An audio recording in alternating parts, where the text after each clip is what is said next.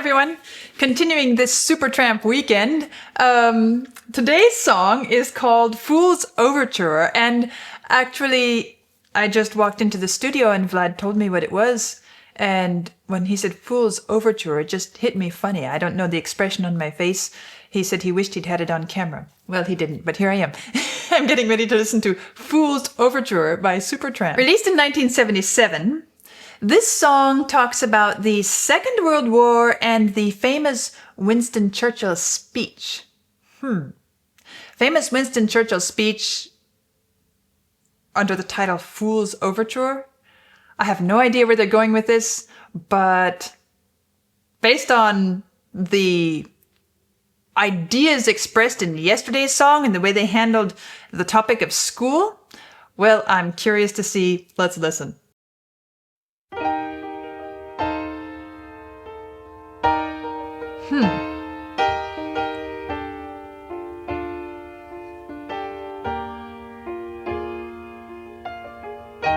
Kind of a storytelling piano background way of introducing it.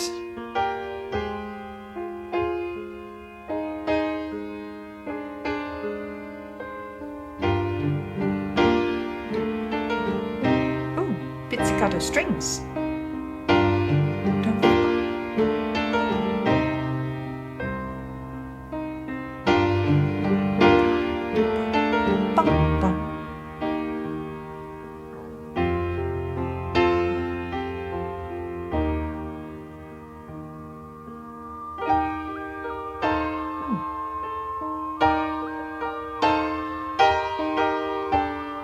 That.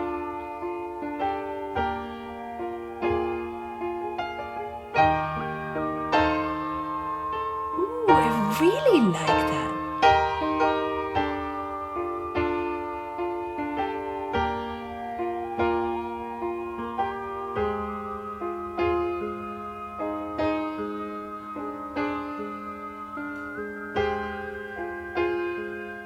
I love the way that comes in there.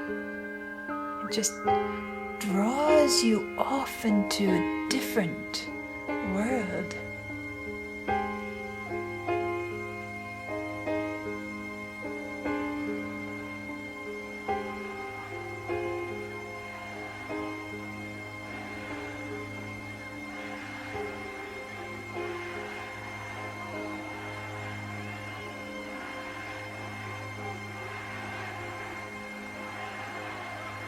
Really evocative. It's bringing all kinds of historical elements into it. The brass, chiming bells.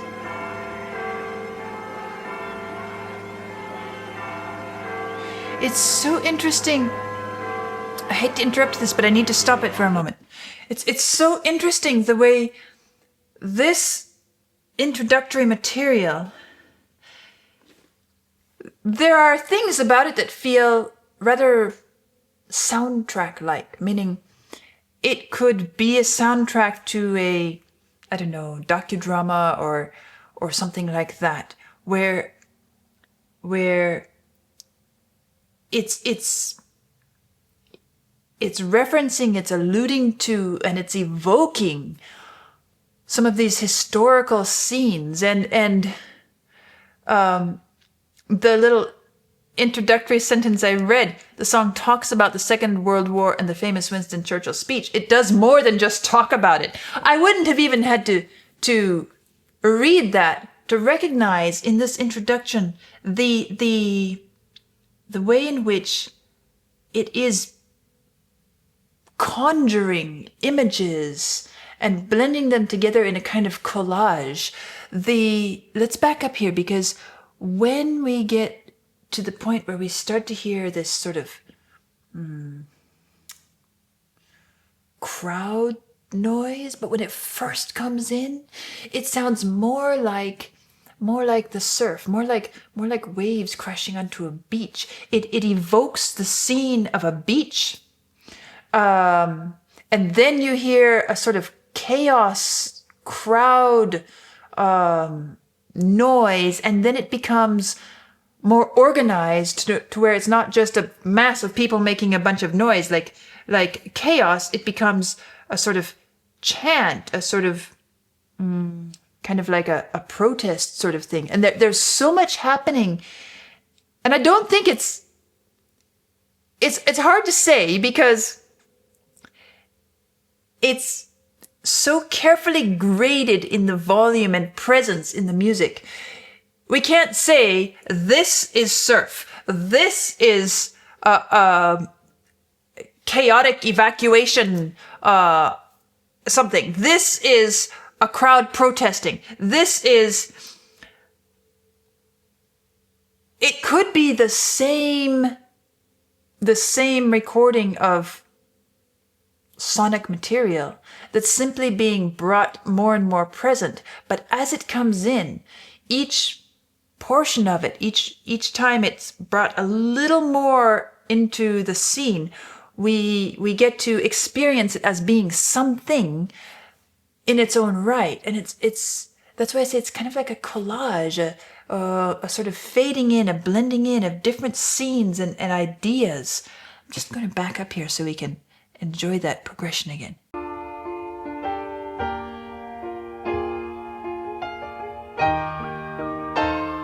I just love this.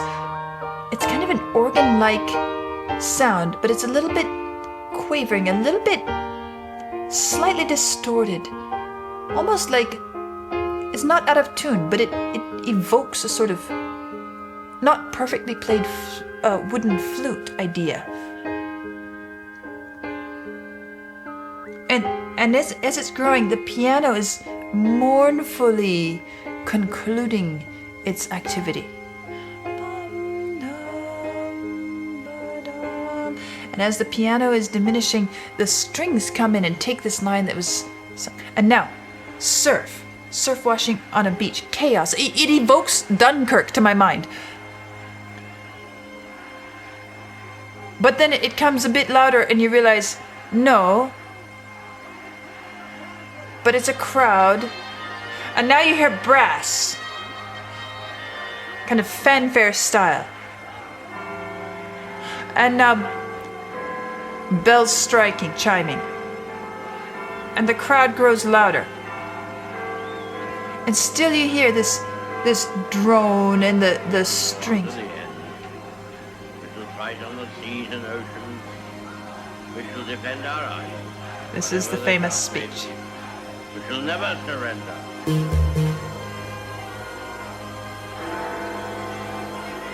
What a way to set those words. With this sort of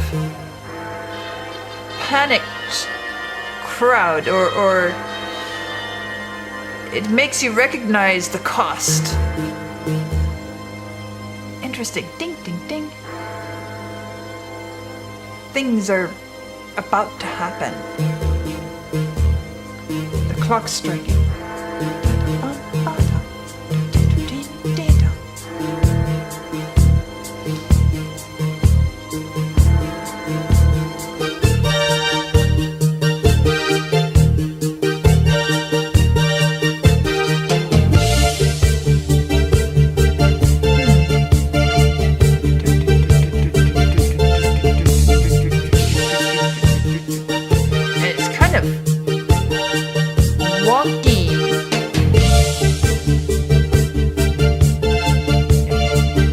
Odds with what we just heard. It's kind of too happy, too determinedly dance-like.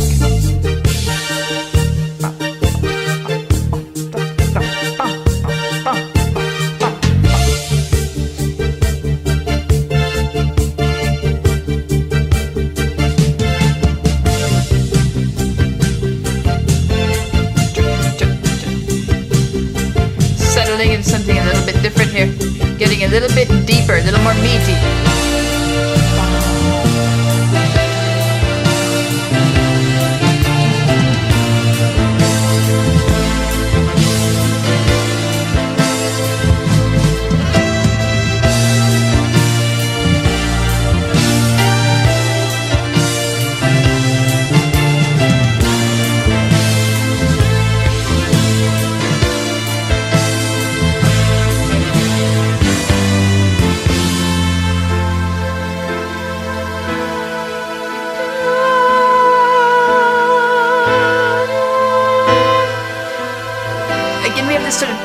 tension.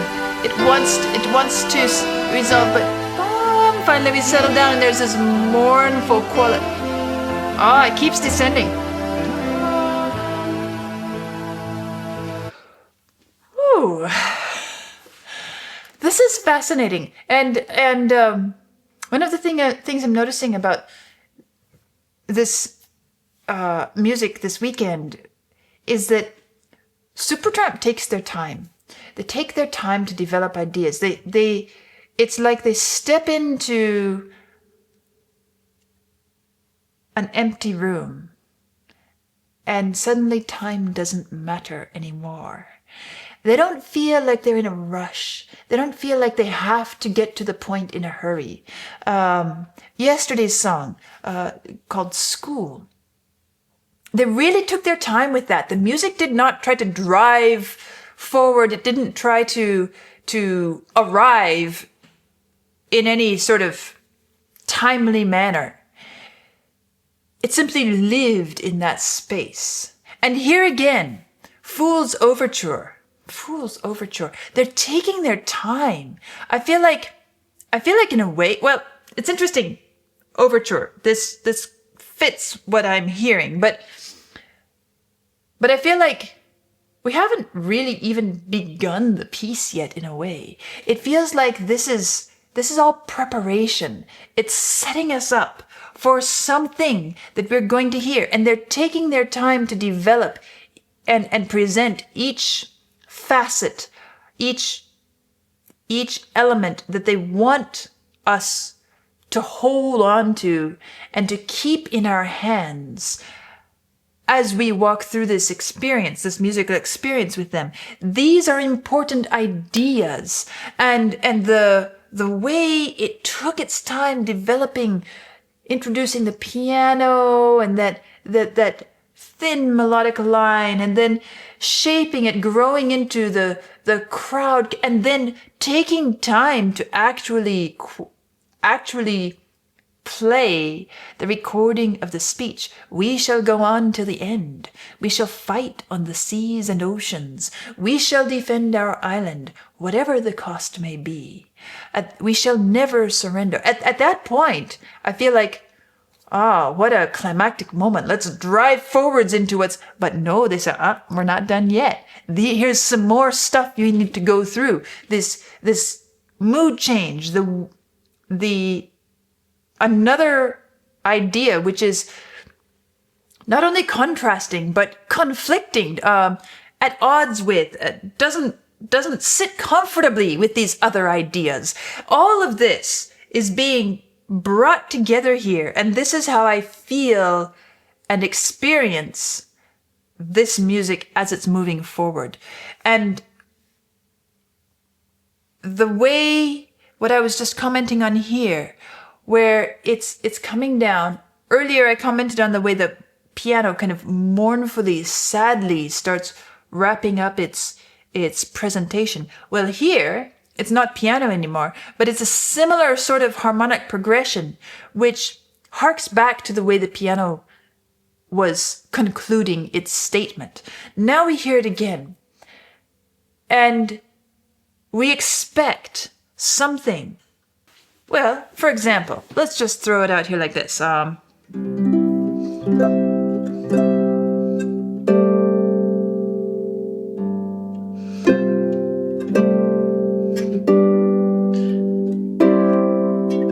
We hear this sort of clashing, and it wants to resolve.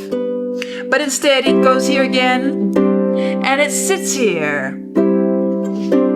And it sits here and makes us wait, and then it starts to resolve in this way that makes us feel like, again, it's a sort of sad descent into some mournful moment. But then it didn't even stop there. It continued on down and down, as if we're descending lower and lower and lower. It's setting up such an elaborate and expansive ideascape.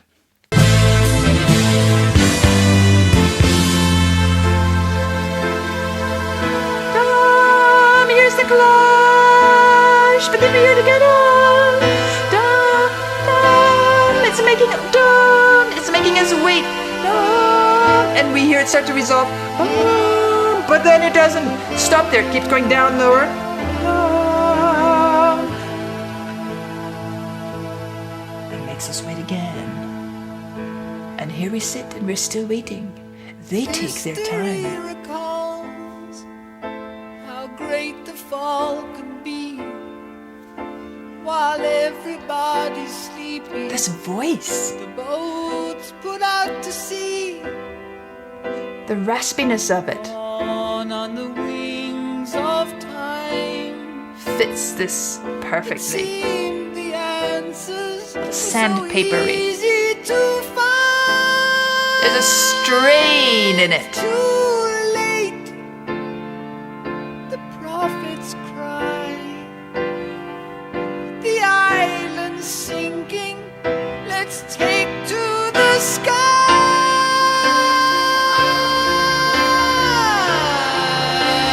And you hear it dive down. Oh wow. Called the man a fool, stripped him of his pride. Everyone was laughing up until the day he died. Oh, though the wound went deep, still he's calling us out of our sleep. Ooh. My friends, we're not alone. He waits in silence to lead us all home.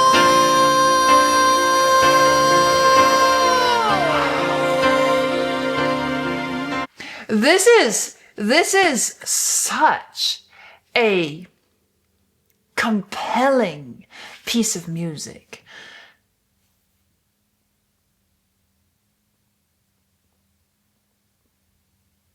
It wants and it insists on piercing our armor, on cutting through our defenses. It's not something that screams out, listen to me, pay attention, stop what you're doing, please give me a moment of attention, I have something important to say. It's not that kind of music. It's also not something that just burrows itself in all warmly and finds its way. That it's more like this voice seems to embody the whole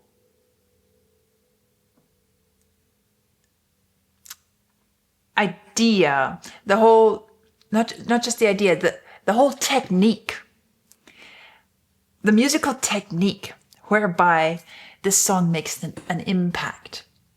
That is, it cuts through our defenses. It separates our armor. It makes it doesn't do it by some battering ram. Neither does it just drill a little tiny hole. But it's a blade that makes a clear and distinctive way in. And we cannot help but pay attention. We cannot help but feel its impact. We don't even have to be paying attention. We still feel it. And that, okay, it's a great song. It's nice. It's the way the whole introduction was set up. Yes, I like it. It's good. But to me, when this voice came in, suddenly the voice was the entire song, and the entire song is the voice. It's not a beautiful voice. It's not a voice that I say, oh, what a nice sounding voice, or anything like that. It's, as I said, it's raspy. It's a bit rough. It's like a badly sharpened blade. And you know when you get cut by a badly sharpened blade? Oh, it hurts. We're not alone.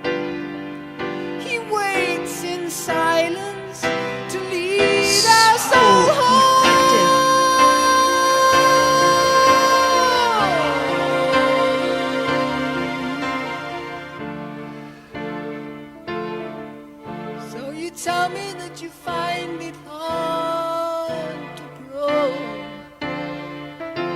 Well, I know. Listen to me saying, I know.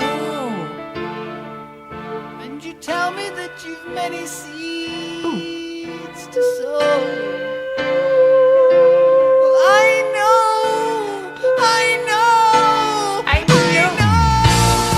Ah!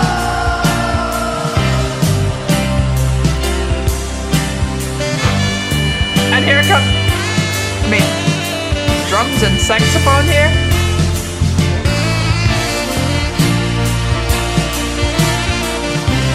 And now we are carried on the current. It's like he's picked us up and he's carrying us on his sword. We don't get to say no.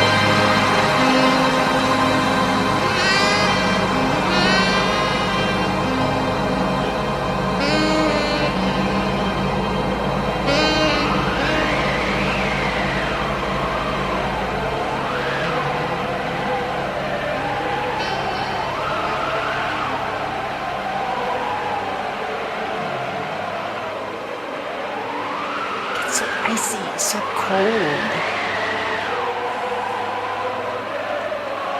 There's a choir back there. I hear it past all this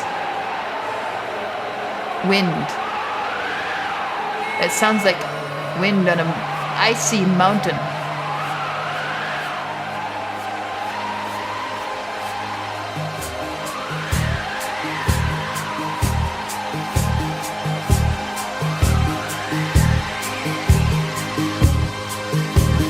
And here's yet another.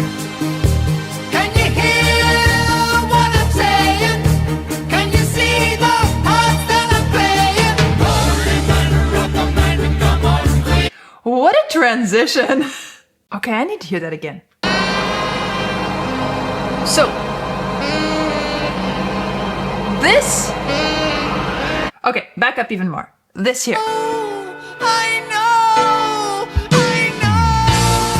Okay, fine, here we are. We've come into this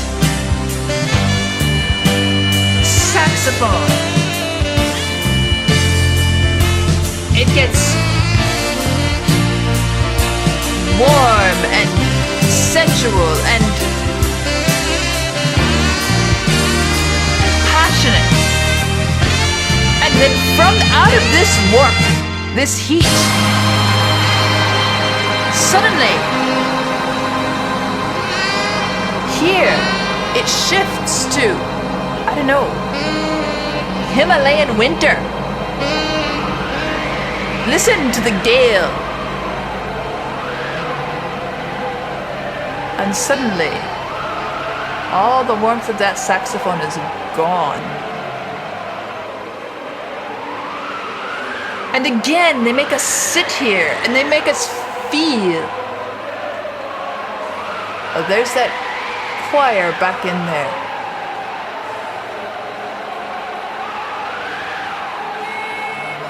And then, rather than coming to the fore, we hear something else, but still this winter mountain gale. And then something else comes. It's like we're transported somewhere else.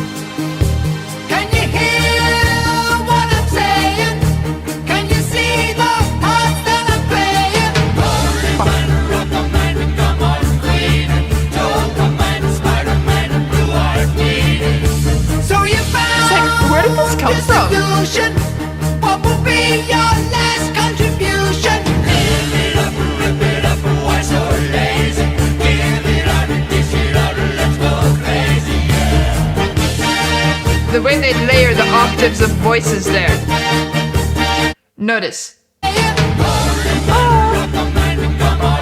And you hear also a deep bass voice.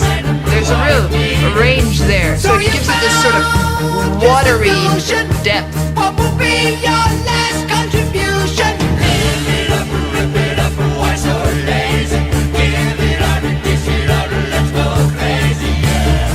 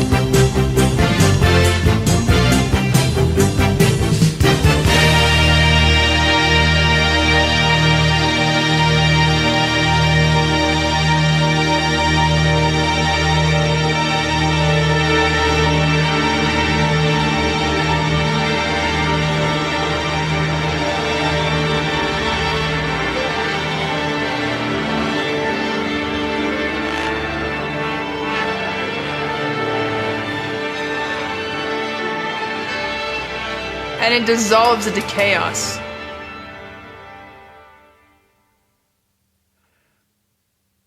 Whoa. It takes us so many different places. It touches on so many different ideas.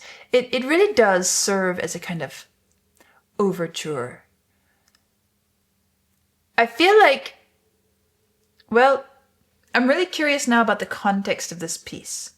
I feel like it would serve well as the opening track on an album which is designed similar to some of Pink Floyd's albums, like The Wall or Dark Side of the Moon or something like that, where this really would serve as an overture. Introducing the ideas, the characters, the topics that are going to be handled in more detail in following tracks. I don't know if that's what happened, if that's really the setup, but it feels like it would be the perfect kind of setup for a song like this. It doesn't give us a solid conclusion. I do feel a clash of ideas, a clash of worlds, a kind of setting our ideals and our better selves, the things we aspire to, the things we believe about ourselves, about our world, about our civilization, the great moments, the things that we look upon with great pride as bright, shining moments of leadership, such as Winston Churchill's speech. Setting that against the reality of who we are when we're not heroes, when we're not sacrificing ourselves, whatever the cost may be. The wonky dance moments where it's so inane, so ordinary, so profane. And so we have the profound with the profane. And they are all packed into, and we're carried through one to the next to the next. Not only that, we also have this setting of again, back to the introduction, where we hear the masses, the crowds, and what really does that represent? One thing or many things. The cries of the people, the frustrations, the protests, the pain, the suffering, the tragedy, and the resistance, and everything in between. The lyrics, too. History recalls how great the fall can be. While everybody's sleeping, the boat's put out to sea, borne on the wings of time. It seems the answers were so easy to find. Too late, the prophets cry. The island's sinking. Let's take to the sky, called the man a fool. Stripped him of his right. And so it goes. And everyone was laughing up until the day he died. There are things here, ideas here, expressed here. But it doesn't actually bring to a solid conclusion, does it? That's why I feel like it really does serve as an overture, but it needs to be explored more deeply, or it needs to be followed by a something else that comes up with a point, a conclusion, something to be drawn from all of this. Or not. You could leave it. It can be left freestanding, but then it's up to us to decide what we're going to do with these ideas. It's simply setting the table and saying, eat what you wish, in whatever order you wish, and get out of it what you will. I'm not here to tell you what that should be or shouldn't be. I've just presented some different dishes, some different ideas, some different perspectives, and now it's up to you to decide how you're going to piece them all together. So there are different ways of handling this, but I am going to go find out whether this was followed by perhaps some deeper exploration or not. I'm very curious whether or not it was. But what a fascinating listening experience, and really a powerful one. The broader idea I take away from this weekend exploring Supertramp is that they take time. They are not in a hurry. The music doesn't stagnate, but it holds us somewhere, and it makes us simmer in that sauce for a bit so that we remember it and we absorb the flavor of it, and we carry it with us through whatever else is going to be said later. And that is very effective for creating a memorable and impactful, potentially even life-changing musical experience. So this has been a rewarding weekend, very enjoyable, and I'm eager for the next time that I'll return to Supertramp and explore more of their output. I'll see you next time.